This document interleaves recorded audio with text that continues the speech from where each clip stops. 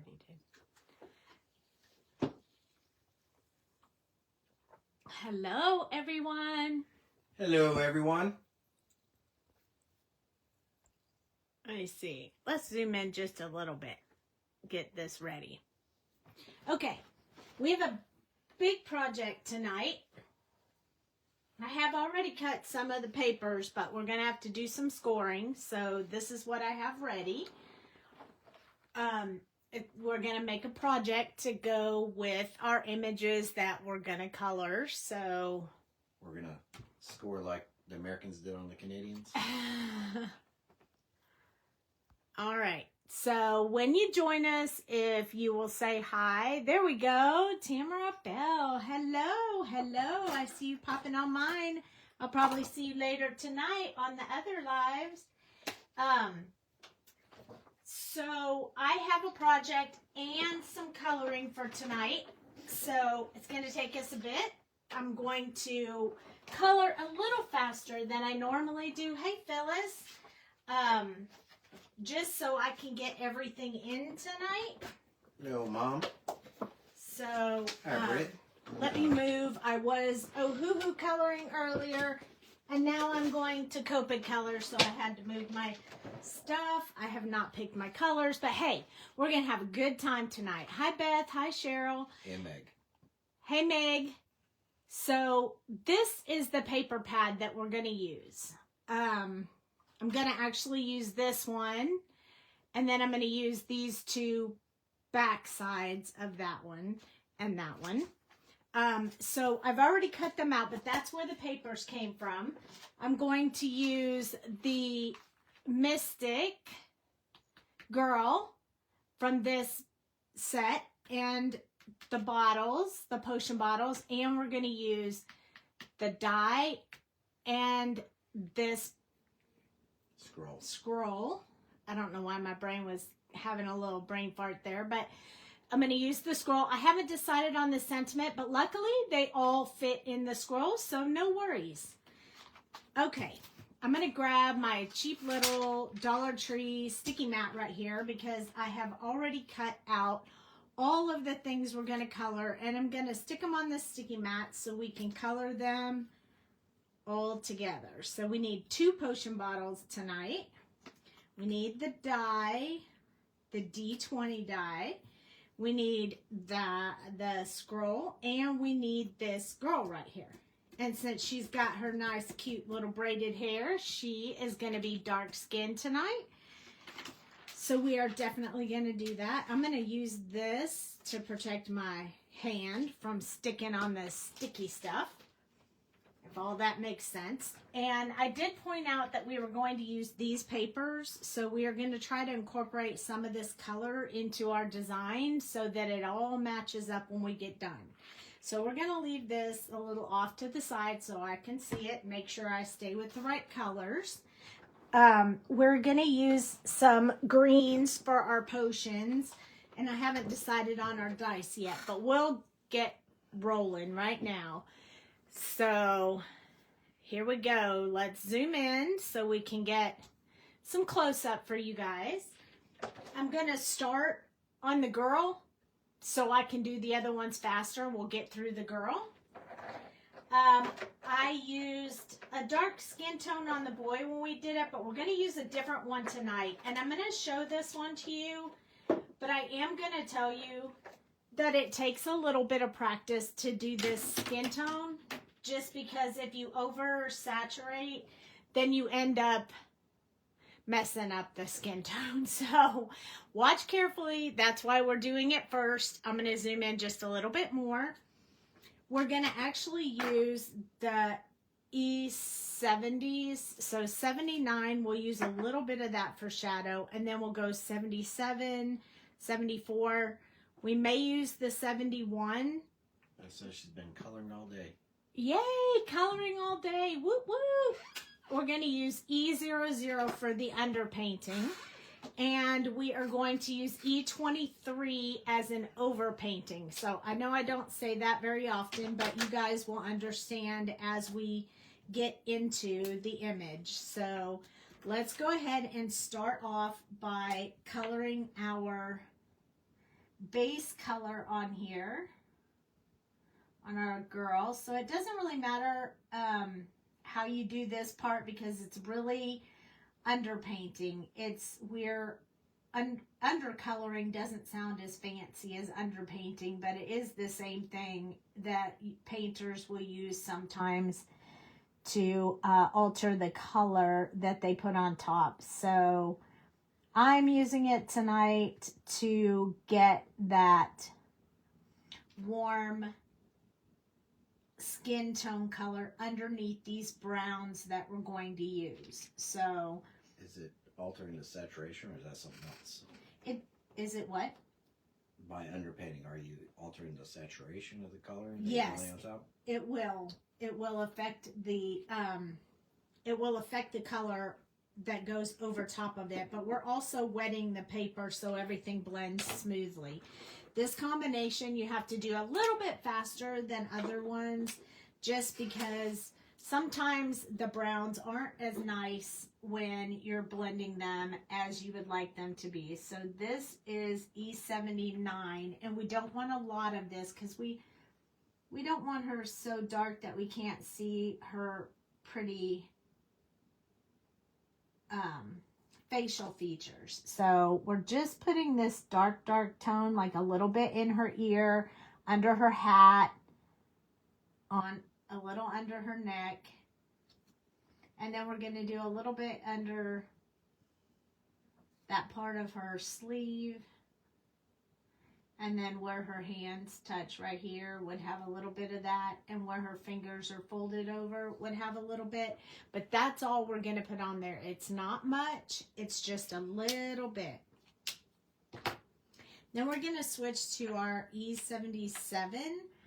Now, don't leave before we finish these tones because they're going to look really crazy when we start out. But I promise it's going to come together. I promise. I promise. Trust the process. Yep. Trust the process. Don't judge it until it's done. I'm going to put a little bit along the side of her face. Just a little bit, not a whole lot. We're going to extend out from where we put those other colors just to start blending that in there. These are the really, really dark colors, so you want to just be cautious with them at the beginning. And then as you get lighter, it'll get better. So I'm going to grab R12 real quick for cheeks for when we get to that point, because we do want to give her a little bit of a rosy cheek because it's just cute that way. E74, this one is much lighter, so this is the one that we're going to do a little bit more of.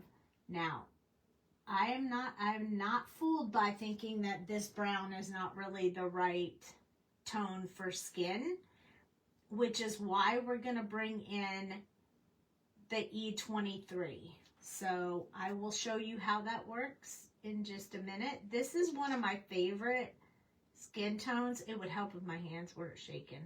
I don't know why I'm shaky tonight. It does happen. Some nights I'm a little shaky and some nights I'm not. Maybe I'm nervous, you guys. What do you think? You think I get nervous when I color? Or you haven't had your candy fix for the day. Or I haven't had my candy fix for the day. I bought some butterbeer flavored Peeps for her yesterday. Yeah, those are quite interesting. They're pretty good. They're just really interesting. Okay, I'm going to come in with my R12 right now. And I'm just going to put it on the cheeks. Like I said, she is going to look a bit on the crazy side. Don't notice the shaking. Looks good from here. Oh, good. They're a little shaky tonight. Not really sure why. I'm going to come in with my E71 next. And I'm going to start filling that in. And it's going to look like this is my last color, but it's not. If you use this combination, you have to use the E23. Well, you don't have to, but if you want it to look like a person, you have to use the E23 at the end. And you'll see what I mean by overpainting. So we're filling it all in now. This is normally our last step, but not on this particular skin tone. And it's going to change it all. So, super cute little girl, not such a great skin tone right now. And then I come in with this E23. Now, she's not bad, but I love what this E23 does. So here we go. This is an overpaint. We are just going to put one coat of this over everything we did in the lighter tones. Everywhere. And the trick to it is do the whole thing as quickly as you can, so that you only have to make one pass over it. The more passes you have to go over it to blend, then the darker the skin tone's going to get. And you just don't want that. So this last step is the one where it's just a paint over the whole thing.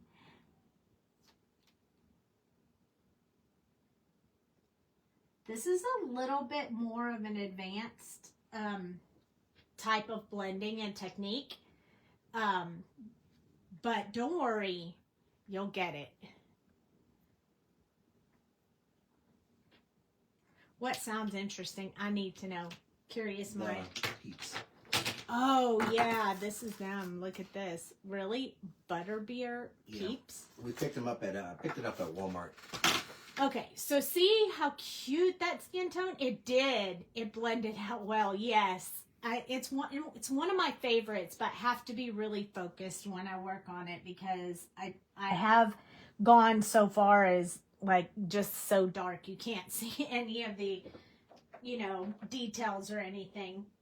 Now, I am going to do some greens tonight, but I'm going to do more in like a mossy green. And this is green, but it doesn't really look green, almost like a minty green. But I don't want really bright greens, so I am going to use a bunch of the darker tones of green tonight. I'm just pulling a bunch of markers. But then when we do the potion bottles, we'll either do them purple or green for some exciting ump.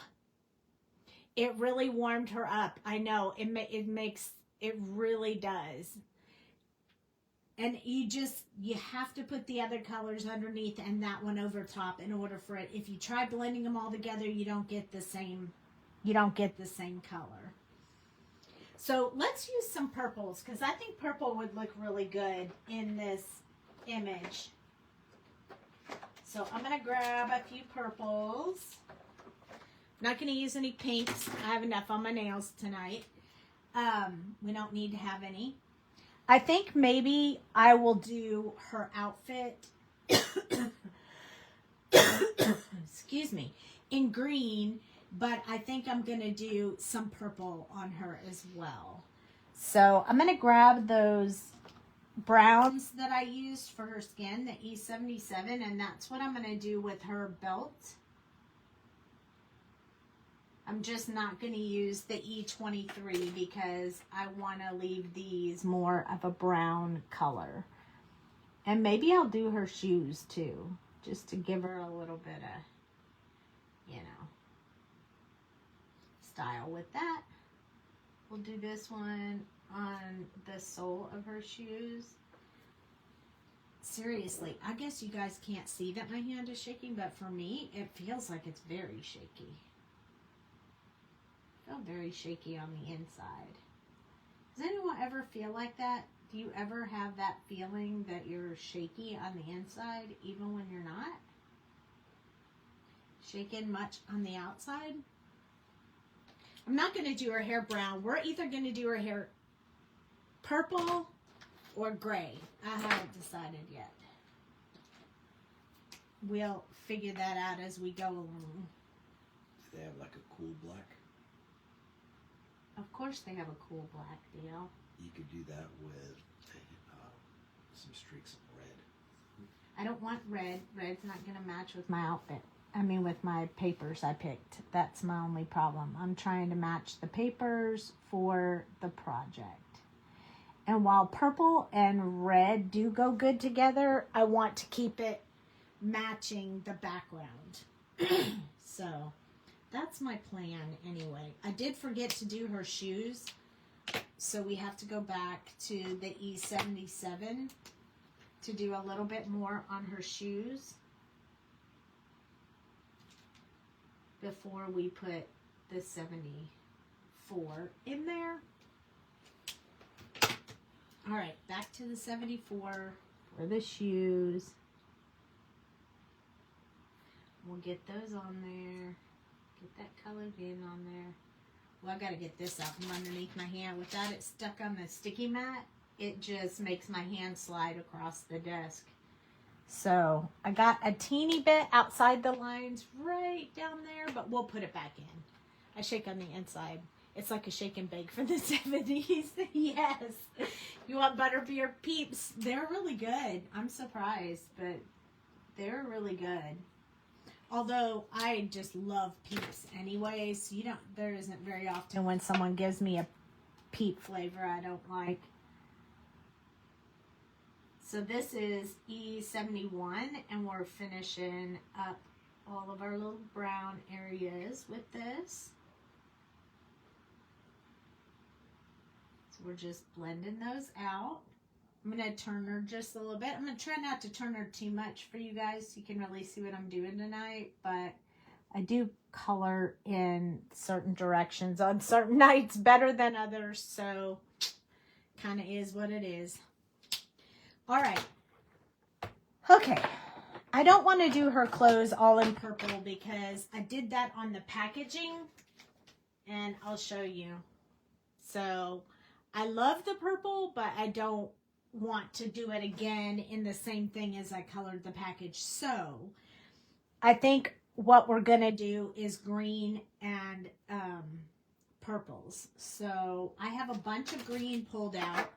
I have G99, 94, YG99, YG97, 95, and 93. So I'm going to be using a mixture of all of those for this part. Hi, Jamie. I know who she is. Okay. I just got some stuff from her, actually. That's not too shabby. I have some not too shabby dyes I just got.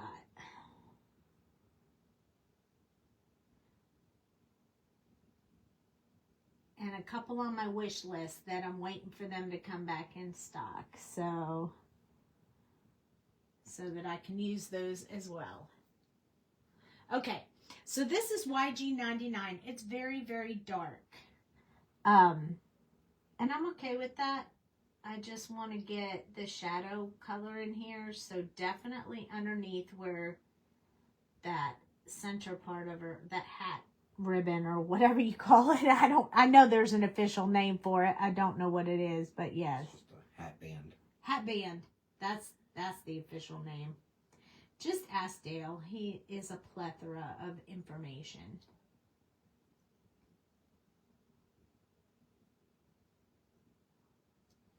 Okay. There we go. It kind of doesn't really look green on camera, but it will in a little bit. Okay, so I think I'm going to do her dress, but I think I'm going to leave this cape-ish piece that she has around her shoulders for a different color. But I want the hat and the dress to match. Her robe. Robe, dress, whatever you want to call it. You can call it whatever you want. Okay, here we go. I want to make them different shades though. The hat will be darker. The robe / dress will be lighter. So I'm just going to put in my little shadow colors, and then I'm not going to use a lot for her dress until I get closer to the color I want it to be. So just a little bit of this darkest color in here right now, in just a few places. These stamps are so fun. I've had way more fun than I really expected. Because this whole release was Dale's idea. I mean, he really wanted a release like this. And I have been asked a lot when I used to work at the expos. I used to get a lot of questions for D&D images. And sometimes you just got to do what the people you're working with want and not what you want. So since it's just me and Dale, we get to pick whatever we want at this point. But this release was a bit out of your comfort zone. It was. Not knowing really the background. It was, because I don't game. Now, I'm all about a Sims game. I don't know if you guys ever heard of that. I like to play The Sims. I don't ever have time to do that anymore. But when the kids were younger, I used to play The Sims all the time. And I really liked it. I really like setting up the houses and decorating more than I liked playing the people. But that's just me. My elf has green sparkly skin. Has anyone used Wink of Stella? I have some with me. I mean, I have some in my craft room here. Although I won't lie, I can't ever get the name of that right, which is why I don't usually use it on my videos. Shalana came on. She said hello. Because I usually call it Stinkawella instead of Wink of Stella. I don't know why, but that's just the way it comes out. But I do like it. Hi, Shalana. I'm so glad you guys joined me tonight. So much fun when there's people to chat with. I mean, I can't see you guys, but I know you're there, and that's helpful. Maybe we'll make her little charms more of a pearl color instead of one of these other colors. I think for her hat, I'm going to stick with these YG colors, but I think for her dress, I'm going to add in some of the other G colors that I pulled. So I don't want her to seem too dark, but again, I am trying to match the pattern paper that we're going to use. So that is the reason. And I'm just building in some little pleats down here. That's what I'm doing with why I'm adding the colors in here like this, is because I'm trying to build those little pleats so that you can see the texture and design of her dress. Now I'm going to switch. I think I wanted to switch to G94, but I think G99 is going to be too dark. Yeah, so I'm going to skip that one for now. And I think I'm going to go to G94. Let's look at YG95 and see which one's darker. Well, they're about the same, so we're good either way. All right, we're going to switch to G94.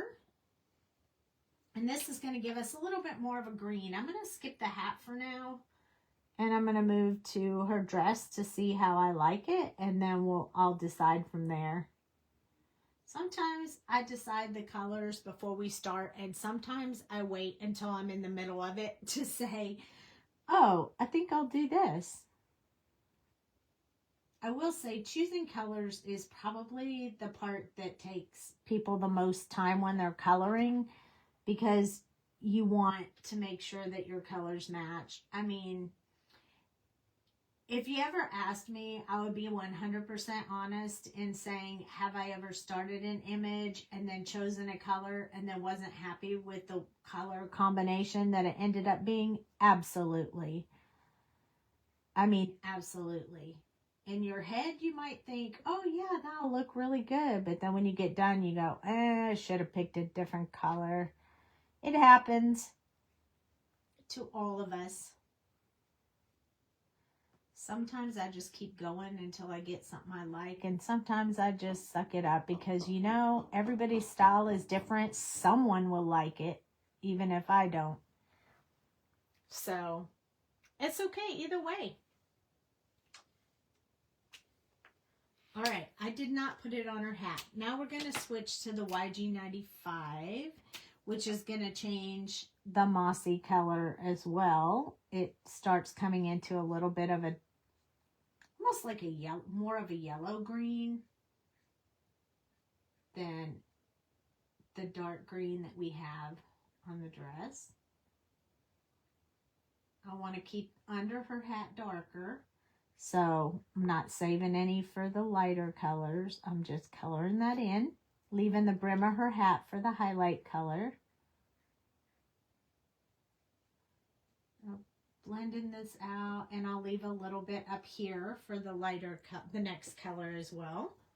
And I'll probably use a more of a green color up here in the hat now. I am going to add some of this to the dress just because you want them to match. Well, I want them to match. That's up to you guys, what you want on your image, but I want them to at least match together a little bit anyway. And if you don't add this color in the bottom because it's a different tone and a different shade, if you don't add a little bit of that color, never gonna match them up. So I always add just a little bit, just so you can, you know, see it all. Now, I was going to use YG93, but I think I've decided that I need to switch to a green color. So instead of going with a really bright color, I think I'm going to switch to YG63. It's green, but it's a little bit on the muted side. Ooh. Happy birthday, Tamara. I think we did birthday card, or we're supposed to do birthday cards coming up soon for your birthday. There we go. I think this color will bring it back to a bit more of a green. And I think we'll use this one in the hat as well so that they match up. But I'll probably have to use that YG93 to really blend the hat out. I'll need both colors for the hat. So I'll need this one that I'm using, and I'll need the other one. But I won't need it for the dress. That is going to be it for the dress. And then I'm going to bring this in, and maybe I don't. Oh, this is kind of cool. Maybe I won't need it. Maybe I'll just blend it like this. That's kind of neat looking. But we do need a little bit under here. Even though it's darker, it still looks like the hat doesn't match unless you add a little bit of this color. So I'm going to try to do this kind of light and sort of quick so that it doesn't blend out the other color too much. And then I can work on that center part. So it kind of gives it a two-tone-ish look, and I love the way it turned out. I'm going to do a few more down here with this one just to get a little bit better blending. But I kind of want it to look a little jaggedy. I don't want it to all blend nicely. I like it so far. I hope you guys like it too.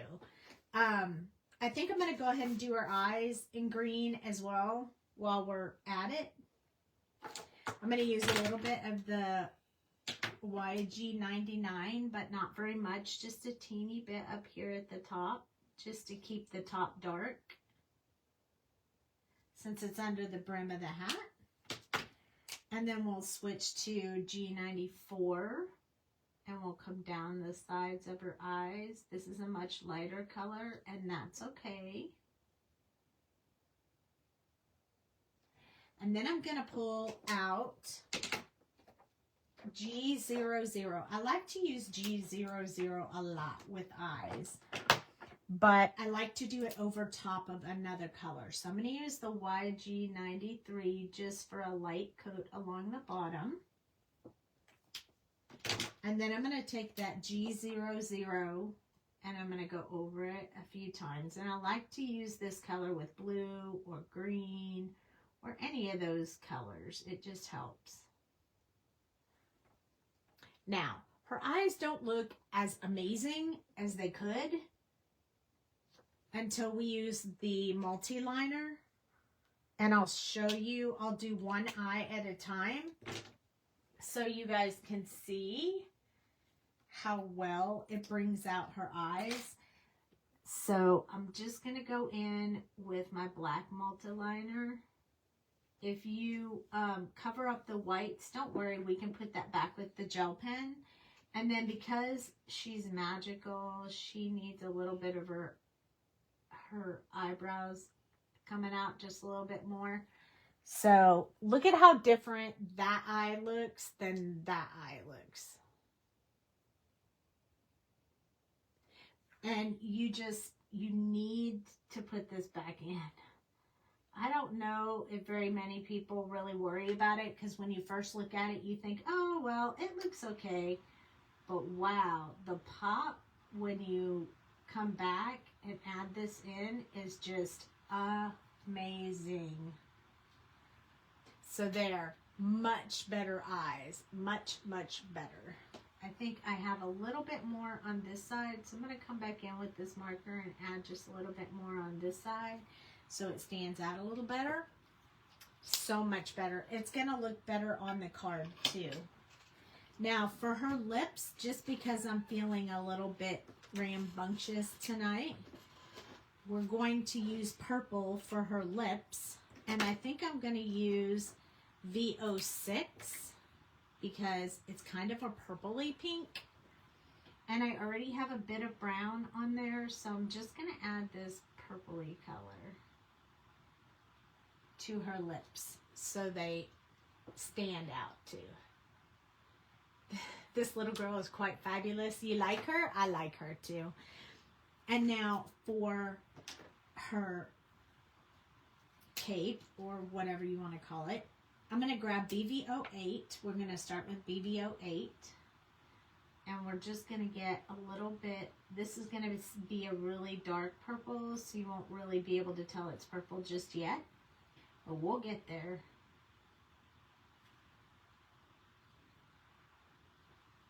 And then we'll do her hair. Probably gonna do her hair in some sort of black. Maybe put a little purple in it. It's not a lot of hair. You can't really see. But we're still gonna give her some style to go with her colors. Now normally I grab V09 next. But I'm gonna skip that and go to V17. Because I feel like it's not gonna... I'm gonna move those over so the shadow is not on the paper. I want it to look a little more purple, and I feel like V09 will take it too dark for now. So I skipped that one. I like the purple.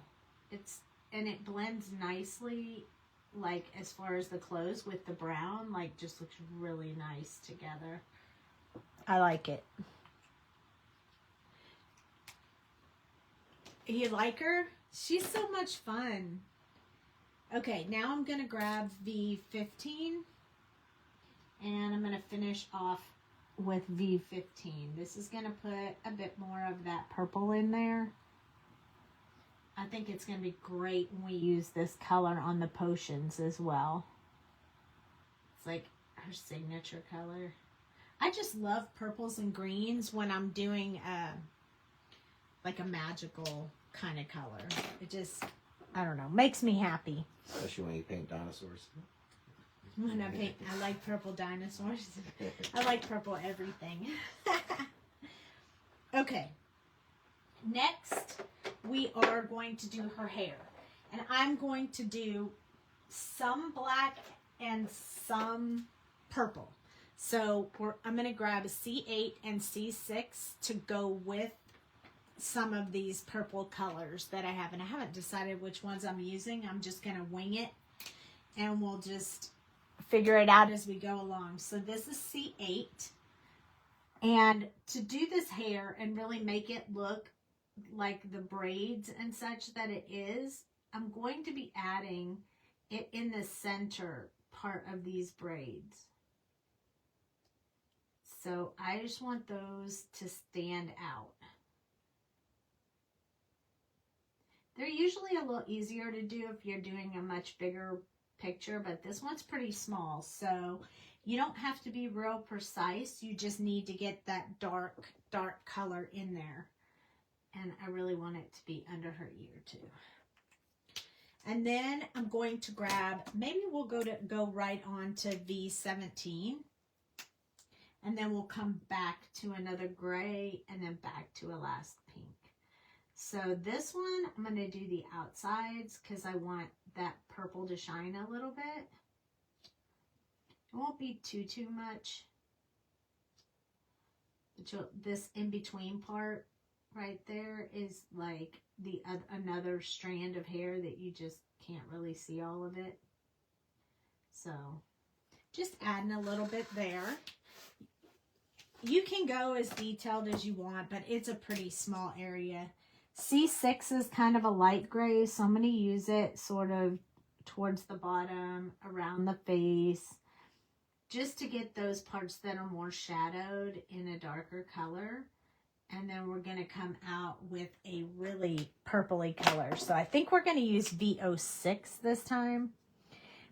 It's almost like, it says lavender, but to me, it's really like a way brighter than that. And I'm just going to dab that in there a little bit because it is so bright. I just want to get it in there, and then I'll go over it with V15 to kind of blend it out if it needs it. If not, it'll just remain.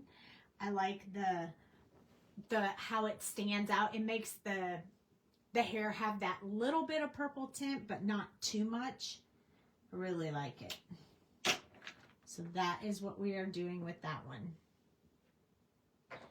Now I wonder if I want to use my fluorescent green, or maybe I should use the blue. Let's do the fluorescent blues. There are two fluorescent blues. There's a FB2 and FBG2, and that's what we're going to do for the stones.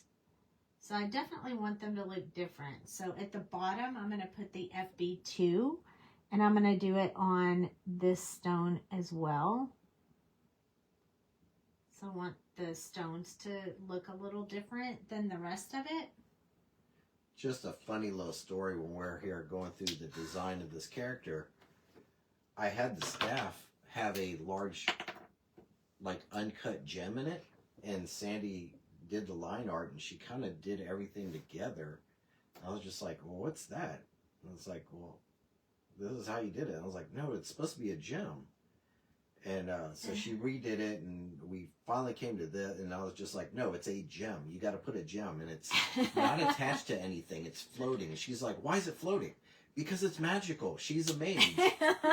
So why is it floating in the middle of that? Because I put lines, you know, to have it keep going. He's like, no, it's just supposed to be a gem.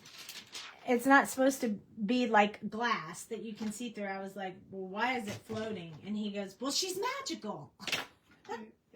I was like, oh, I see. Okay.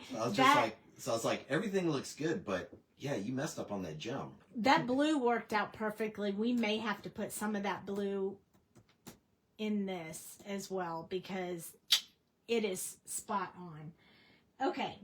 Now, I'm going to do the staff, but I do want to change it. I do want to change the brown. I don't want the brown to be exactly the same as the brown on her clothes. So I am going to use the 23 this time that we used for the skin, and E27 and 25. So we're going to use just a little bit different brown. And while we're doing the staff, we're going to go ahead and do the brown on the scroll and probably in the inside the potion bottles. I mean, we might as well get it all done at one shot while we have the marker out. So I put the lines in there like to reflect wood. So you don't have to do that if you don't want to, but since it's brown and, you know, it's going to be wood, I like to go over the browns sometimes. I also want to put a little bit of dark around here so that stands out a little bit. Or I guess I could have put a reflection on there, but I usually don't think about the reflection until it's too late. I don't know why that doesn't come to me right off the bat, but it just does not. So for these little guys down here, I'm just using the artist drawn lines to emphasize that this is a cork bottle top.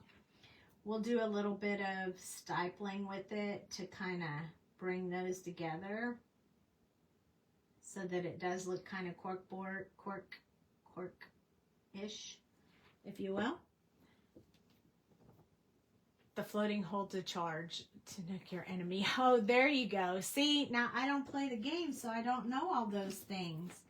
But that makes total sense. Total sense. So you guys know this is definitely a Dale-driven thing. I just put the plastic over her because I don't want to stick my hand on her. And I could have left these plain and let you put your own little wood lines in there, but I think sometimes people like the guide to where would I put those lines, so I just went ahead and put them in there. I'm going to turn this upside down so I can do the other side. Hey, Mama. Just get a little bit more in here. And that way we can get, if we can get these done at the same time, we'll be able to work on the project, because I guarantee you guys don't want to miss what we're going to do with this display. The actual process of building the type of card that we're going to do, it's pretty cool. I don't know how it's going to turn out, because you guys know I'm not a good, you know, imagining what something's going to look like. I don't visualize very well. So I hope it turns out nicely, but if not, at least you will love the process and be able to build your own design with the card. So, here's our E25. We don't need a whole lot of E25, but we do need to move the plastic or we won't be able to color on it. So I'm just going to put it in a few places, and then we'll come in with the last color and sort of fill that in. So no worries. I'm just kind of spotting that color in there. I went a little too far over there. I'm going to have to fix that with my colorless blender, but it worked on my shoe, so it'll work on my girl. No problem. I do love having images that you can color with either kinds of skin tone. Like you can color her, you could even color her purple or blue if you wanted, but I like it when they can be used lots of different ways. I like to use my stuff all different ways. Since I don't get to color with a whole lot of other people's stuff, I kind of have to do stuff that I can use in lots of different ways, because you guys don't want to watch me color the same thing all the time. So notice now for these little corks here, I'm just going to do some stippling, and on the next color I will blend all that together, but I want it to look a little bit corky. A little quirky. I guess you could call it quirky. All right, where did the E23 go? Here it is. Right, E23 is last, so that's where we're going to finish this up. Now, we can't fix where we went outside the lines just yet because the ink is wet, and the colorless blender will just pull the ink right, even more ink outside of the image, and I don't want that to happen, so we're going to have to wait until it dries a bit before we do any more of that. Just going to touch where those white areas are and blend them in. I'm not going to do a lot of back and forth or I'll lose all that dimension that I built with the shadow. But just make sure I touch where the white areas are to get them filled in. I love this scroll. The D&D girls and I are going to do the shadow box card you did. We're all excited. Oh, that sounds like so much fun. You guys have to post after you do that. That would be so cool. It's like a party, like a crafting D&D party. That sounds awesome. So much fun. All right, so now we have all of our brown in there, which is good. Now our girl is done except for our colorless blender fix, which I'm going to work on right now. There's my colorless blender. So basically I'm going to start on the edge of the paper and kind of try to push that back in the lines. It works really well, but you have to let it rest because while it's wet, it could seep some more color back out. So you have to do it 2 or 3 times. So don't give up. You can do it. All right, now we have to, I think I'm going to hold on to these fluorescent colors because I really like how they turned out in that blue. So we are going to have to use these somewhere else because they're really, really cool. Okay, I'm going to zoom out just a little bit so you guys can see the number that I'm on now that I'm finished with the girl. I really wanted to do the potions purple. But maybe I'll do one purple, one blue. And maybe the tops and the bottoms of the scroll should be in the blue. Hold 1 second, please. I stuck my finger in something. I have to get it off my finger. And I need a drink. All right, here we go. Late again. That's okay. No worries. Barbara, you will like the card we're going to make. So you didn't miss out. All right. So for the bottle, usually I do a clear bottle, but tonight we're not going to do that. We're going to make them darker, smoky bottle. So I was going to use that, but I think I want to use W's. So I'm going to use W 7, 6, and 5, I think. I want my bottles to be darker tonight.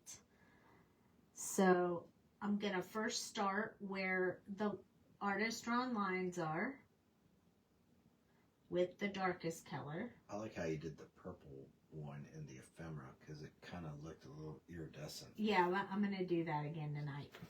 I think I'm going to do that with the blue too, but I'm going to use the fluorescent blue colors. This part right here is part of the bottle at the bottom. I cut these out exactly on the line just because I felt like I just thought it would look better, which is why I did such a thin line on her because I knew I was going to put it with the ones that don't have lines at all. So I cut them out a little different than I normally do. I usually leave a white border around them, but I just wasn't feeling that tonight. So I just cut them out on the line. Just FYI. So we will be coloring all the way around this. We're just going to do it lighter on the outside. That's why I'm not using this color all the way around.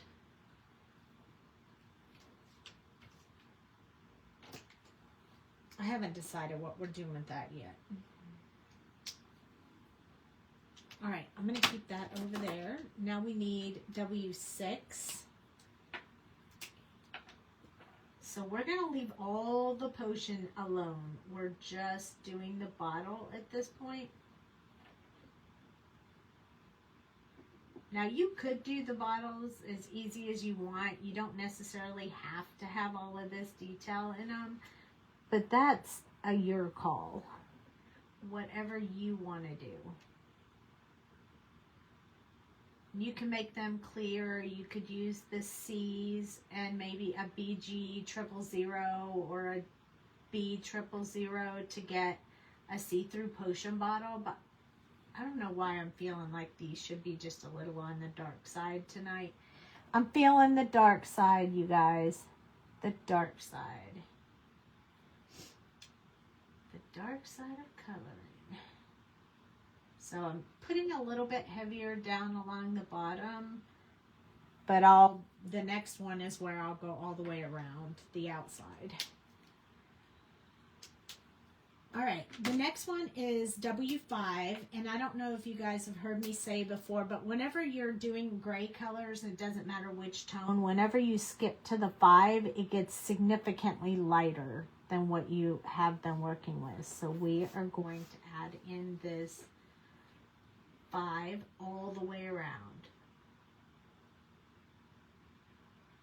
the bottom.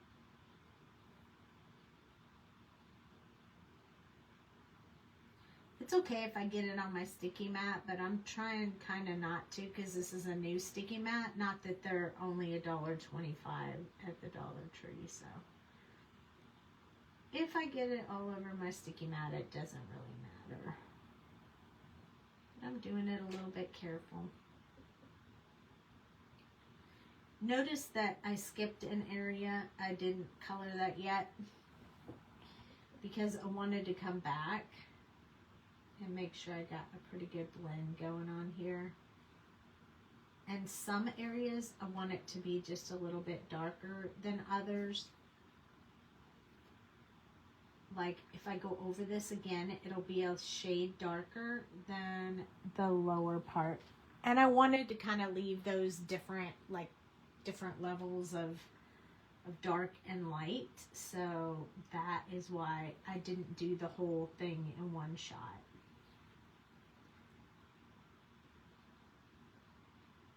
So if you take a Copic marker and you go over it more than one time, but you let it dry in between, it will make it a shade darker. So if you're missing a marker, that's a cheap way you can make that color a little bit darker. Just in case you didn't know that. There we go. I'm okay with those. They look pretty good. All right. Next, we're going to do a blue potion and we're going to do a purple potion. So for the blue, I am going to use these two fluorescent colors, but we need a darker blue to go with it. We need at least one shade. We need at least one marker, one darker marker. So I think I'm going to try B37 and we'll see how it goes. So we'll start with this one right here. This is a brand new marker. My B37 died the other day. So I have to be careful. It might be over full. So I'm just going to put like towards the bottom, the darkest color. And then I'm going to use this line right here to put a little bit of that dark color in. Right here maybe. Up on this one, and then I'm going to put that line in there that you can see, and that's all I'm going to do with the darkest shade of blue. We're going to repeat this when we do the purple, dark, medium, light, so you'll be able to see how it works. Now with this is FB2, so this is the fluorescent blue 2, and we're going to extend from where we put that darkest blue. I have to do a second coat to make sure it blends really well. But notice I'm not going all the way on the second coat.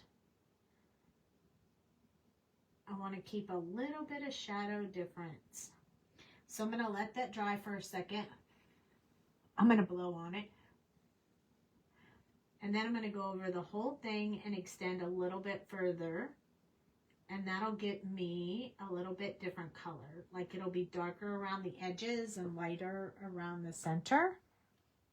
And then we'll get ready for the last color, the fluorescent one. This FBG2. Now we're gonna mix it right over top of these colors.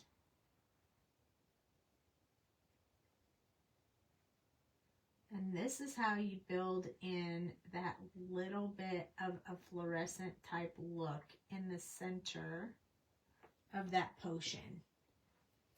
It's not as bright as the purple one is going to be, but it still gives you that idea of that type of potion. And if you want to add bubbles, what's the shortcut? The colorless blender. So let's just do a couple in here. Dot, dot, dot, dot, dot. Dot, dot, dot, dot, dot, dot, dot, dot, dot. You may have to come back in and do it a few times, but then I'll show you how to add the color to it. So you just go in there, spread the color out. You can make it bigger or smaller. Make it bigger as we get closer to the bottom. Now let's go on to our purple while we let that dry. I'm going to use V09. And we're going to do the same thing we did with that other dark blue. We're going to go around the bottom. We're going to do a little bit over here. And then a little bit here. Kind of that same idea we did with the other one. And then we're going to switch to our V17.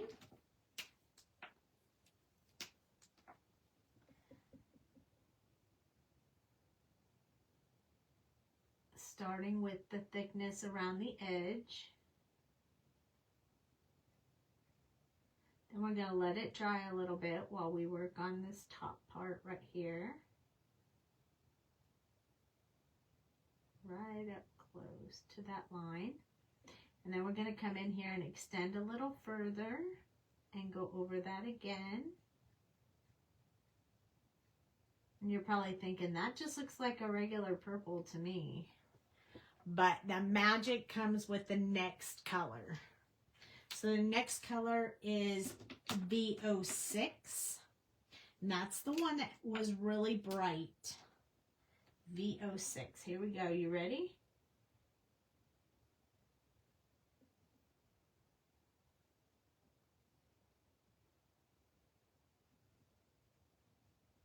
Soften those edges so it all blends nicely together. And now you have a really amazing purple and pinkish potion. So for these dots that we put over here, I'm going to come back with that B37. And I'm just going to put a teeny bit along the bottom of those bubbles. Just a little bit. Just a teeny bit. And then I'm going to come in with the FB2. And I'm going to do the same spot. Just going to come in a little bit further. And then we're going to finish them up with the last color, which was the FBG2. And I'm going to go from the other end towards the dark. Just so you could see it. Now we have bubbles. Isn't that awesome? Should we put purple bubbles too? Nah, we're good. We can tip that one like it's fallen or something. All right, next we're going to work on, let's work on the dice. I'm not very good with dice, but thank you, Beth. Die. There's only one die. That's what Daryl said. It's not dice. It's a die. I think we said we wanted to put some of the blue in there. Let me think for a moment. I'll take a drink while I'm thinking. Let's use some of the colors we've already used so we can see them all in there. All right. We're going to go with some really bizarre, strange combination of blending colors now. Are you ready? All right. For my shadow colors on the letters, I'm going to use E74 since we used E74 on the girl. And I'm going to put this E74 just in the corners of each triangle.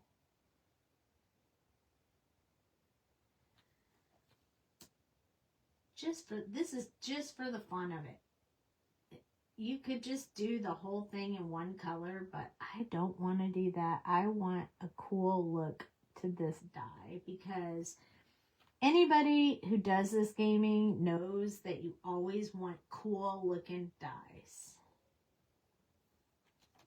Otherwise, it's just not as fun. I mean, you bought your nephew's light up I did. dice for their games. Yep. They had me pick dice for them, and I bought light up ones, and they were so excited. And when I went up there, they showed me all their dice, and I said, why do you have so many dice? What are you going to do? What's the difference? And he goes, nothing. They're just cool. And I was like, oh, so we just buy all these dice because they're cool? I can relate to that. I buy a lot of scrapbooking stuff just because it's cool, and crafting and coloring and all those things just because they're cool. And when we go to conventions, we see vendors selling really cool dice. We do. That is true. So it's taken a little bit of time to do that, but it's worth it in the end. It will look really neat. Beth, do you have a chainmail dice bag to hold your dice? Do you have a lot of dice? You do, don't you? Not really. Or mine tend to be D6s for the games I play. Okay. I think I'm also going to put next, I'm going to switch from brown to maybe we have brown, green, blue, and purple. Those are our options based on what we have out here. So let's switch now to G95. And I'm going to go over the brown and extend. I'm also going to go along the edges. So building out this area here. I have no idea what this is going to turn out like. I'm just making it up as I go along. Don't you guys just love the honesty? I really don't know what I'm doing. I did not have this planned. I'm just making up these blendable colors, hoping that they look really cool when I get done.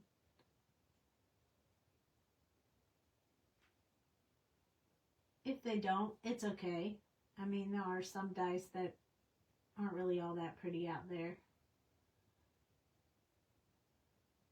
They could be the luckiest dice you have. Sometimes the prettiest ones aren't the luckiest ones. Or so I've heard. Oh, that's why you buy dice, because when they are misbehaving, you gotta put them away. You gotta put them in timeout and get the good dice out. You gotta get the good dice out. Hoping it'll change your luck. Yeah. Somehow I knew that was probably the reason that people had so many dice. I mean, that is the way it works in like crafts and stuff too, right? Change the dice. Change the dice. Well, we do that in gaming too. That's why we have so many dice. Okay. Now, even though I really wanted it to be blue, I think I'm going to switch it up to this green now, G00. Mine are in a Crown Royal bag, but for Christmas I got fairy fart dice. Oh, that sounds amazing. All right, I'm going to use this one. This is going to be our transition color to the blue. So I'm just using this green to kind of soften up the edges. And then we're going to switch to the fluorescent blue so that they really light up and look really cool. Right now they just look funny. There's always that step when it looks eek. I mean, I've had friends who, when their dice have gone bad, have gone home and taken a hammer to them. Really? Yes. That's crazy. That they were that bad that they smash them. All right, now we're going to go to the FBG2 color and finish this off. So we're going to blend. The centers should stay. They almost look like glowy. Like, have you seen those ones that have water in them? That's kind of what I was going for. Where they have like water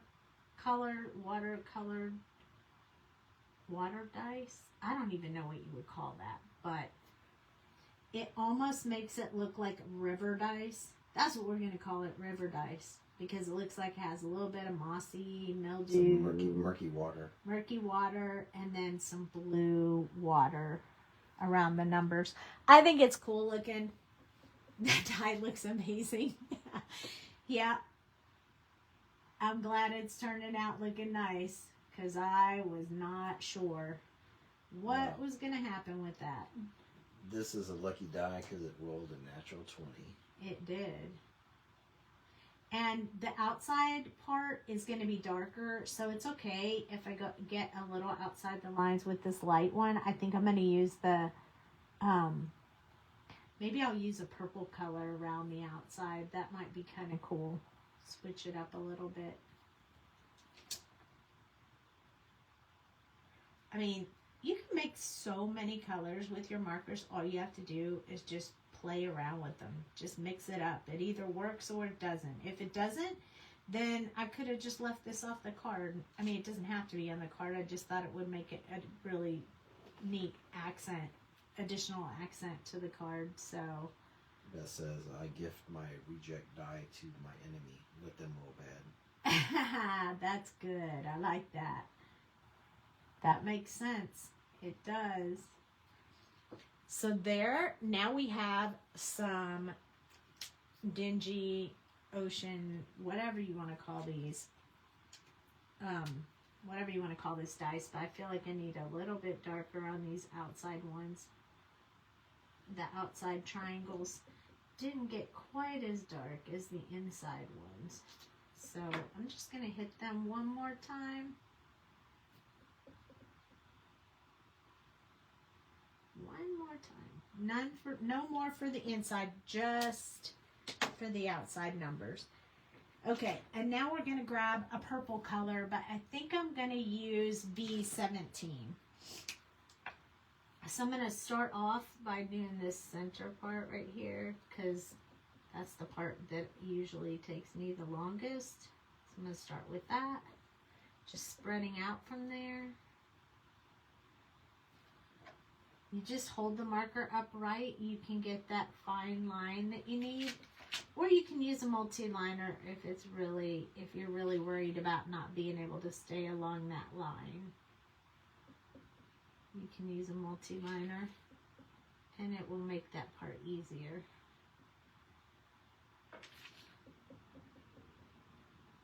These colors are all matching up nicely. They're going to look really good when we get done with the card. And we only have to do the last step and then we get to work on the card. I'm going to put just a little bit of extra around the really outside part of the dice. Flipping it around. See, I bet you thought you couldn't see that purple that well in between the numbers, but now that I put it on the outside, it really stands out, doesn't it? Now, these are the kind of dice I would use because they have purple on them, you know, and that's the way I roll. So, really cool purple, swampy, watery die. There we go. We did cool die. We did really cool bubbles. We learned bubbles and the die and the gem, and now we're going to do this. With the bubbles? Mm-hmm. Can you take the white gel pen? Yes, I'm not to white gel pen yet, honey. Okay. White gel pen is last. We talk about this on every live. Okay, so for this part right here, it's going to be, I want it to be a little bit on the, I don't even know how to say it, rugged, worn, Aged. Aged is a good word. It's like a tan. So for now, I'm going to grab these colors to go. So E84, E42, YG91, and E41. So the YG91 is really, really light, but it's a little bit of green to it. So I'm going to put that in first, kind of as an underpaint. And I'm just going to put it kind of in the corners.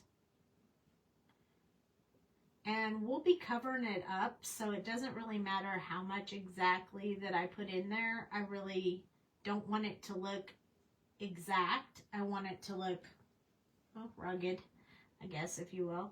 And I'm also going to put some around a few of the just the little lines, artist drawn lines in here to show tears or wearing on the outside. So started off with that one. I don't know what we're going to do with these yet, but we'll get there. All right, E84 is next. So I'm going to do a bit of the outside of this E84. This is still going to be really light colored. You don't want to do it too dark if you're going to stamp in the middle of it, which we are. But you definitely want to color it and get it colored in. You could cut it out if you wanted. You kind of have a lot of options. So I put it around the outside of the square, and then I'm putting it around the outside of the scroll. Kind of keep that dark color, because no other color I have is dark enough to do this with, so we have to use this one.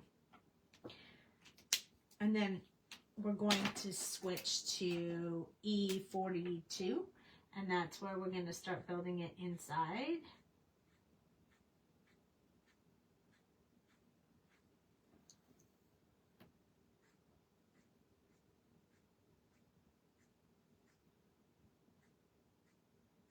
So these brush strokes will make it look a little bit textured unless you blend it too well. Now we're going to do what we did with the potions, where we're now going to extend a little bit further. So we put the first coat out there and then extend it a little bit further. And if you're ever working with any mixed media, or you want something to look like aged parchment, use tea bags. Oh yeah, that's a really good idea. I've heard that before. Yeah, I've done that with costume work. E41 is next. But if you want to build texture on this, which we're going to, I'll show you what we're going to do next. This is just filling in that color. It doesn't look smooth. I don't want it to.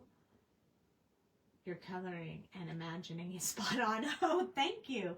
I am glad to hear that, because I really am just winging it here.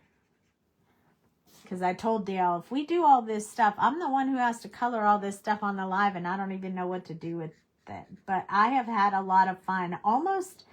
It's almost like you just get to let go and make up colors that you want, because they're different and you can just do whatever you want, which makes it super fun. Okay. Like the saying, don't bring your reality to my fantasy. There you go. Okay, I'm going to grab, so for these things over here, I'm going to grab the darker browns that we used earlier. So I'm going to go with the E79, which is super dark. And I'm just going to do that line in between, and then we'll come back with the lighter colors for the rest. And I think I'm going to also do it with the ones that are right up against the wood. Just solid color those in. I don't want to spend too much time on those little spots, because they are little spots. Where is 77? Here it is. Okay, so E77. Now I'm going to do just the outsides, and we'll come in with 74 and finish those up in just a minute. I like to do these in gold, but gold just wasn't feeling like the right color tonight. But I usually put some gold on all of this, but I just wasn't feeling it tonight. Just extending on those. I'm going to make the tips in that blue, I think, to keep everything all in the same color. Because then it'll look like it has little gems sticking out the top, which is kind of cool. So here's our E74. And we're just going to finish these off with E74 here and here, here and here, and here, and here, here, this side, that side, this side. All right. Oop, out of frame. There we go. And that kind of makes it look a little aged on the wood too. So I kind of like that. And then I'm just going to touch it with this FBG2 on the tips and see how it looks. I think I might just leave it like that. Just with that one color on the little tips so it matches our gems. All right, we have all of our things colored. So what do we do after we have all of our things colored? That is when the white gel pen comes in. Yeah, you're right, Cheryl, because typically it would probably be gold. Yep, gold is what I usually do, but tonight I'm mixing it up. All right, so now I'm going to take all of the images off of the sticky mat. I don't want them here any longer than they need to be.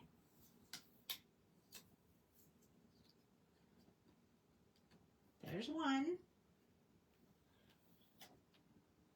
If you just rip these off, it can rip the paper. So I usually use these tweezers to lift it up, but you could use anything underneath it to pick them up and put them on the table.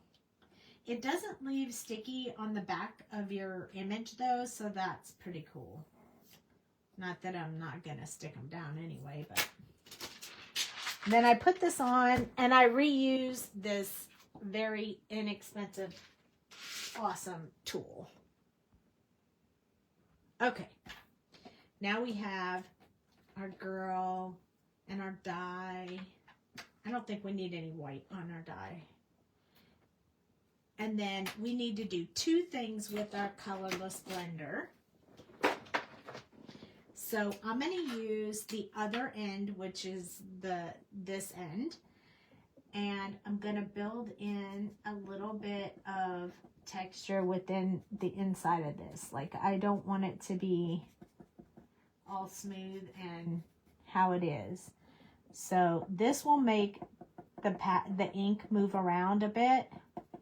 May have to do it more than once, but it will at least give it a little bit of a watered down, rugged look. And I'll show you that when we get it a little bit more done. And then the other thing I want to do is use the other end to fix this little bit of brown that we were working on earlier. Just so we can push that back in the lines. Cheryl says she loves her mats. You love your mats? Yay! And you're loving this whole process? Okay, I'm just going to do this again. Some of it in the center, I'm just coloring like a blendable thing. And then on the edges, I'm kind of using a little bit more. So you can kind of see what it's starting to do now. It's starting to give it that like old type rugged look, and that's what we're going for. It's a little bit easier to see in person than it is on camera, but trust me, it's cool. Try it. It's pretty cool, and it's a lot of fun to do. Okay, I'm going to use my white gel pen. So first I'm going to do her eyes, because we know we got to get that part done. I like to put just a tad bit on the gem, just to show that white a bit. I'll put a little on her shoes. And then for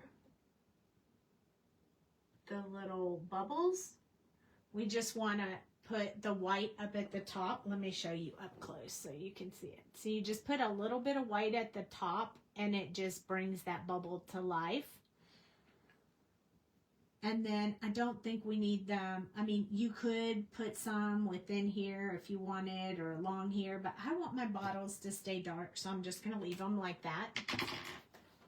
All right, let's talk about the card that we're going to make. So it is going to be a Gatefold double Z card.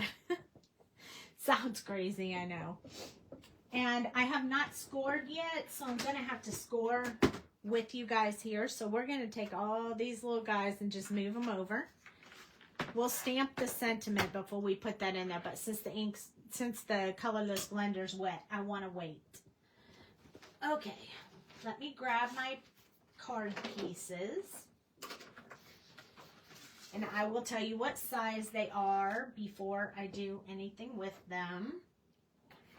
Okay, so you're going to need these 3 pieces for, hold on, let me zoom out. Sometimes the camera gets jacked up with the camera hates my scorer, just saying. Okay, so you're going to need 3 pieces of solid cardstock, okay? And this one right here, you might want to write this down because I didn't write it down on a separate paper. So if you really want to do it, you can write it down or you can watch the replay. It's 5.5 tall and 11 inches wide. So you need 11 by 5.5. And then you need 2 more pieces that are 7.5 long and 1 1/4 high. And you need 2 of them. That's what you need. So with our 11 inches long and 5.5 wide, we're going to score. Grab my little scorer.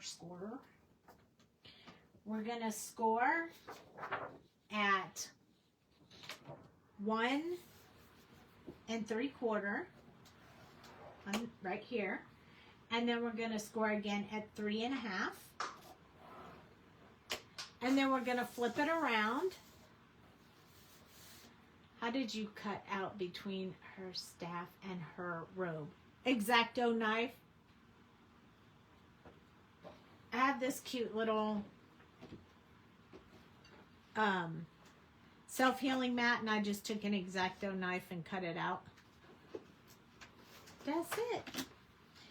Okay, then we just flip this around and score at the same place again. So 1.75 and 3.5.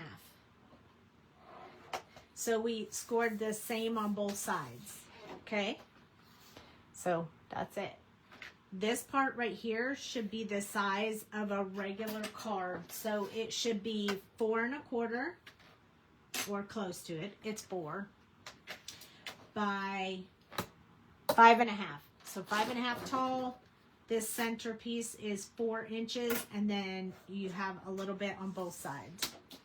Now, these little pieces here that are 7.5 long, I can't pick them up, and 1.5 inch wide, so, or 1 1/4. Oh, I hate it when it does that. It does not like this scoreboard. I am not kidding you. Okay. So this is 1 1/4 tall and 7.5 wide. So on the 7.5 inch side, and I'll try to get it in the edge of this camera, but I don't know why my camera hates this scoreboard. I think it's because of the light, dark. Is it? And it's at 2 different levels. So I'm going to score at 4 and 5 3/4. So just 2 places, 4 and 5 3/4. And then I'm going to take the other piece and I'm going to do exactly the same thing. I'm going to score at 4 and 5 3/4. Okay, so I have 2 pieces exactly the same. And then I have the larger piece. So that's it. That's the basics for building the card. And then the pattern paper that I cut one for here, one for here, one for here, here, and here, and here. So you can measure those. I mean, I'm sure you get it, what you need. So for these areas right here, you need 4 of these, and they are at 5.25 and 1.5. So you need 4 of them. And then you need one that's 3.75 by 5.25. So again, 5.25 that way. And then this was 4 inches, so we cut the paper 3.75. Then here's the other 2. I said 4, so there's 2 here. I did them in different colors. Yes, I did. So they'll all go on here like this. And then for these Z-fold pieces, we need to fold it up like this. And then fold it back like this.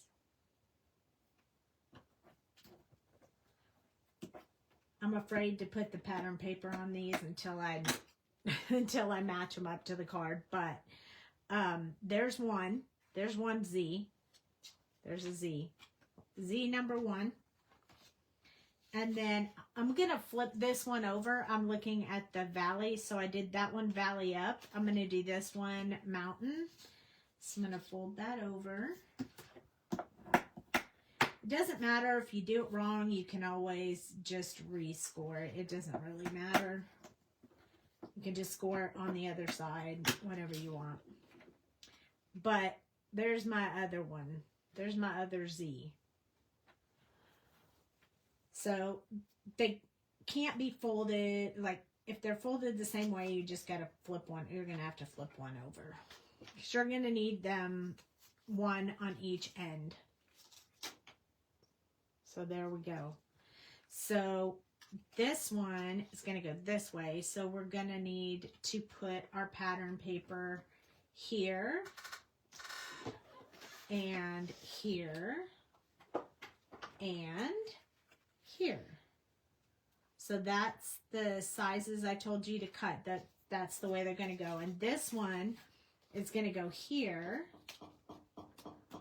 So we're going to put one here, and one here. Just like that.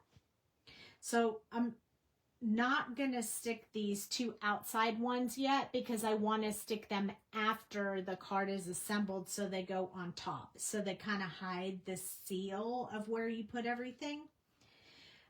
But for these two inside and this inside, we're going to put them on first. So let me put this on. And look, it's got the magical design on it, which I think will look really good for this card.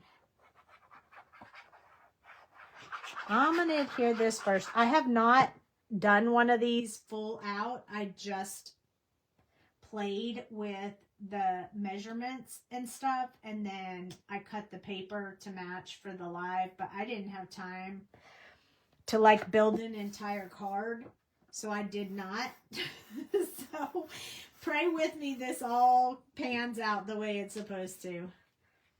Then I'm going to add these two side ones because those Z folds are going to go on this outside panel. So I don't want to mess with that. Now I decided to choose two different pattern papers, one in green and one in the blue gray. So I want the blue gray to be on the outside that matches the whole thing when it's closed up, and you'll see what I'm talking about. So if you choose two different ones, make sure your odd ones are on the inside. Just what I'm doing right now. And can you imagine how awesome that would be with the whole dungeon scene in there? It would be really cool, but I kind of already did that, so I wanted to do something different for you guys. I didn't want to use the same, since we did the shadow box, I didn't want to do it with the same paper. So I do like the backs of these papers because you can use them for anything. They make me really happy. All right, I am going to go ahead and glue these on real quick, and then I'll show you how to fold the card and adhere these panels, but I want them on there. I don't want to have to glue them after the fact. It's a little bit harder that way. It's easier if you know where they go and how to do them before you assemble, because that just makes it go that much faster. So I'm just going to use my little soda press right here. This is my little soda can. This is my little press. I like to use it to press my paper down and adhere my glue to the paper. It just helps a little bit. with all that. Do be careful though, because the Barely Art glue takes a second to dry. So sometimes if you wiggle this around before it's dry, it'll move around. So just flip it over and do it on the back. It just makes it easier that way. Okay, this piece is going to go that way. And then I'm going to put this one together real quick. And this is going together pretty quick. Oh, I probably should have used that side, but oh well. It is what it is. What can I say? There's one. We're almost there, you guys. Hold on. The pattern paper takes a while. This one's going to go on here. And then we're going to build our scene after we get our cards somewhat put together, because I didn't do a test run, so I don't really know where I want to put everything. We're just going to have to put it on there as we go, so we'll just be making it up as we go. I'm going to flip this over, press, drag. Okay, this one is going to go this way. So in opposite corners is where they're going to get attached. And I like this symbol on the inside because we have a magical girl going on. But before we put that together, let's go ahead and fold the cards so each side goes in like this, and then back like this. This is not a regular gatefold. It will not meet in the middle. Some of this will show through. So it's a little different because there's a Z fold with it, but then we're going to fold this one back. So now we have not a traditional gatefold, but we have a really cool design going on here. Now we're going to take these pieces and attach them. So the first thing I'm going to do is attach glue to this bottom piece right here.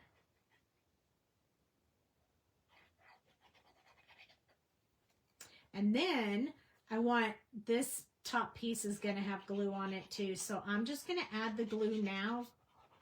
I don't know exactly how much. I probably didn't go far enough, but I just want to be able to put this together. So this bottom piece will match up with the bottom of the card and the edge, but make sure that you can still close the card. Once you have that bottom piece on there, just stretch this out and match it up with the edge of your card. So you just want to make sure it fits. It should fit all the way along that entire bottom like that. But you only glue here and here. Here and here, here and here. But it fits completely flat. Same thing with this one, but this time we're going to go on this side. Then we're going to lay it flat and attach it to that end. Just make sure that you can fold this up when you put that piece down, because if you can't, you're going to hinder your card from closing. So don't do that. So I'm going to add this right there. Make sure I can close this card. And then I'm going to stretch that out. Meet it on the other side over here. And then I'm just going to make sure all that works together. And now I just want to press them down first. So now we have two pieces. One goes down like this, one goes down like this. So we get to decorate it up like this. But when you fold it down, one goes down, then the other goes down. So then you have this really neat looking design. But this is where we're going to attach these on top. So we just want to build this whole frame on the outside. So when we close it up, this is going to peek through in the center. So I'm going to go ahead and attach these. I can see me playing around with this design and doing other stuff. I think it would be really fun. So my biggest concern is matching up this bottom line here and the bottom line here, because I just want to kind of hide where that seam is and just have it overlap that so you can't see that fold there. And then I'm going to do the same thing on this side, but I'm going to turn it around because I want to match that pattern paper fold again. And like I said, all of our papers, I like to match the front and the back. So this is the back of this paper. So laying this on there, I want to match the pattern paper over top of the pattern paper so that it kind of hides it. Once I have that on there, now we have all of the pieces on there. So what I'm going to do is I'm going to score them again just to make sure I get them folded like really good so they'll lay down fairly well. Might take a little while, and maybe you have to put a book on it or whatever the case may be. It will lay down like that when it's done. So I'm just going to put my little magnets on these two corners because I definitely want to put my girl on the front. And I figured I wanted to put her on this side because she's going to hang over, and that's okay because when it opens up, she'll lift right up with the card. So I don't have to worry too much about that. I just don't want to put her over top of this or it won't work. So I thought she would look really cute right here. So I'm going to stick her on there. I won't put any glue over this side because it's going to hang over the edge. I really just need my glue on this side. Just like this. Now remember, this card was not 4 1/4 but just 4, so it's okay if you hang a little bit of stuff off the edges. Is totally fine. Then we have our, I'm going to leave these magnets on here because I'm going to need to stamp our little guy, and then we're going to add our potions, and then we're going to add bling because bling makes my heart happy. So we have to stamp our sentiment. That is the most vital thing right now. So I use these two stamp sets. One says, "Oh, you reached a new level of awesome. The magic is within you." I think I'm going to do "you reached a new level of awesome" because I'm feeling like this is pretty awesome card. Hi, Susie. So I'm just going to grab this stamp. Ooh, do I have some green ink? I think I do. I don't normally have colored ink. I don't have very many colors, but I think I do have green. So let me, yep, I do. Green. We're going to use green ink for our sentiment.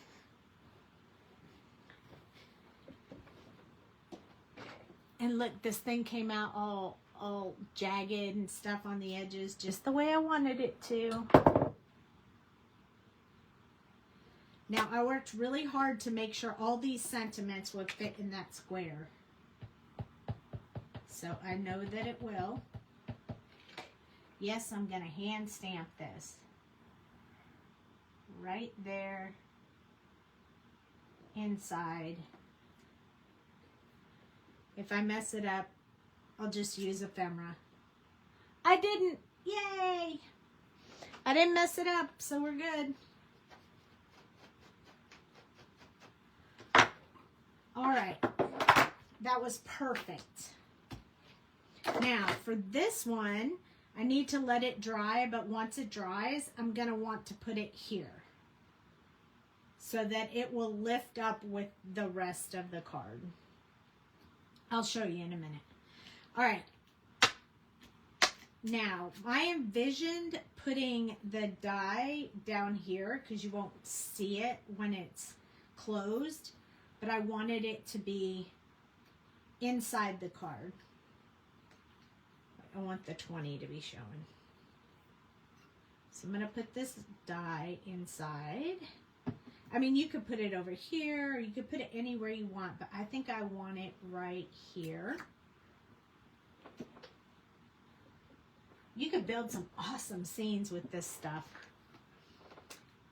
And then I want one of the potions to be on the outside and one on the inside. So I feel like the blue would need to be on the inside. Maybe over here. Or maybe up here. No. Maybe. Maybe I could put it there. Oh yeah, that'd be cool. Let's do that. I'm just going to put it along the bottom. And I'm just going to attach it right here. So it will be on the front, but it will be hanging off the edge like that. I think that's neat, and the blue works really good with her design there. And then our purple one, I thought I would put on the outside, which also matches with her outfit.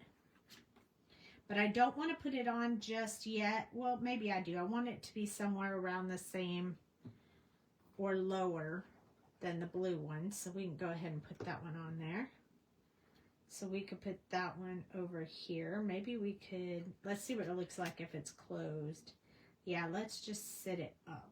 I don't want to slant it or anything. Look at that. They're going to match up nicely right there on the edges.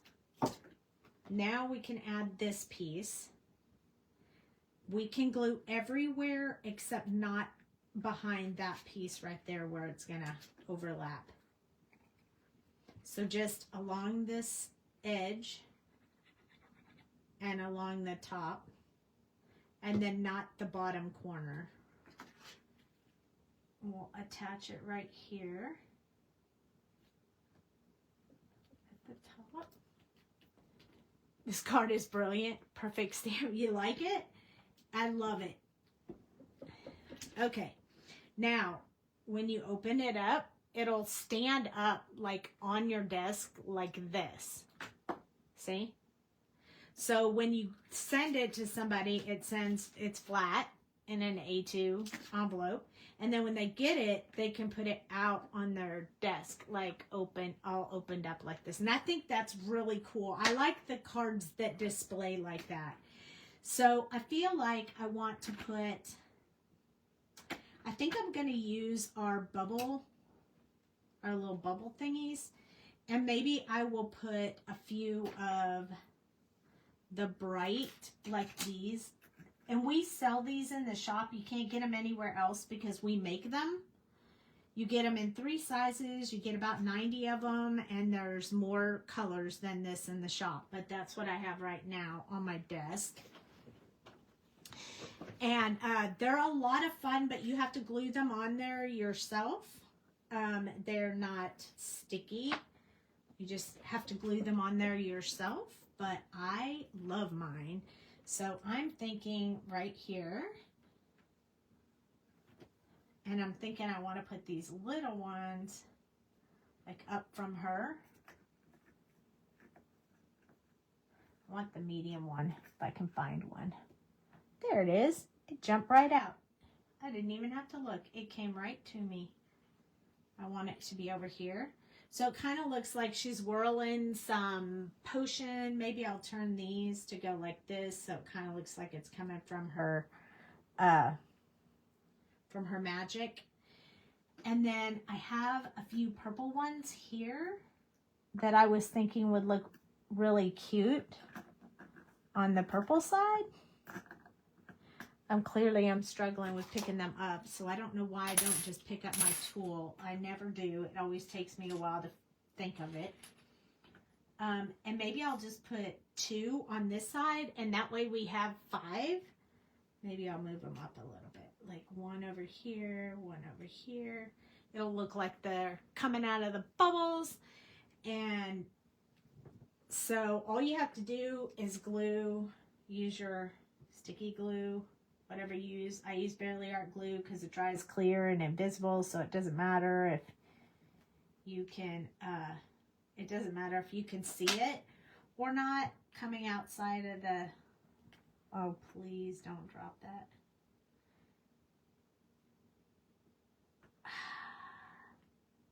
It doesn't matter if you can see the glue coming out because it dries clear and invisible, so it doesn't really matter.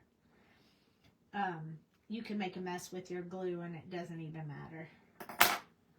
Okay, we're going to put this one over here. There we go. And then I'll just move that one. We'll pick this one up, put it on the glue. Put one over here. There we go. Now they're cooperating. There we go. And usually before I'm ready to finish with those, I press them down with my soda press just to make sure I get a really good hold on them. It does sometimes squeeze the glue out, which is okay, because you won't be able to see it anyway. But it makes sure that it gets a really good hold. That one's good. That one's good. And that one's good. Okay.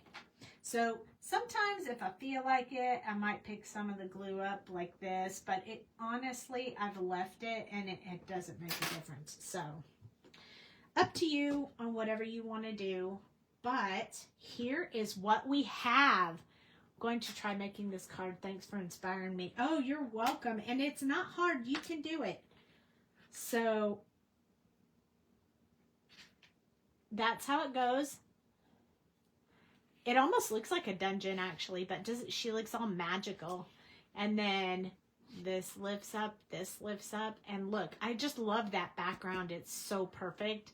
And when it's standing up like this, you can still see the die in there, or you could put it in the center, whatever you want to do. But and then the bubble kind of moves with the, it's kind of neat. I love it.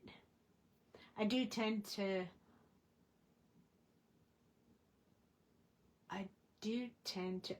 don't get bling. I do love to bling. I love it. You love it? Look at how fun it is. And I even changed the color so it would match up with her and everything. I like how it turned out. I hope you guys like it. I can tell you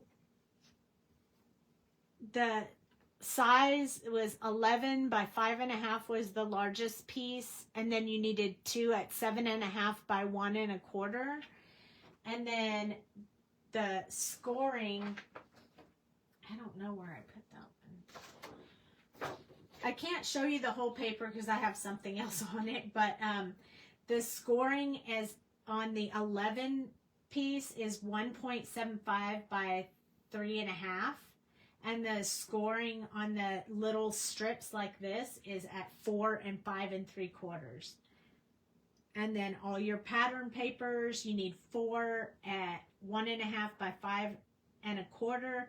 You need 1 at 3 3/4 by 5 1/4.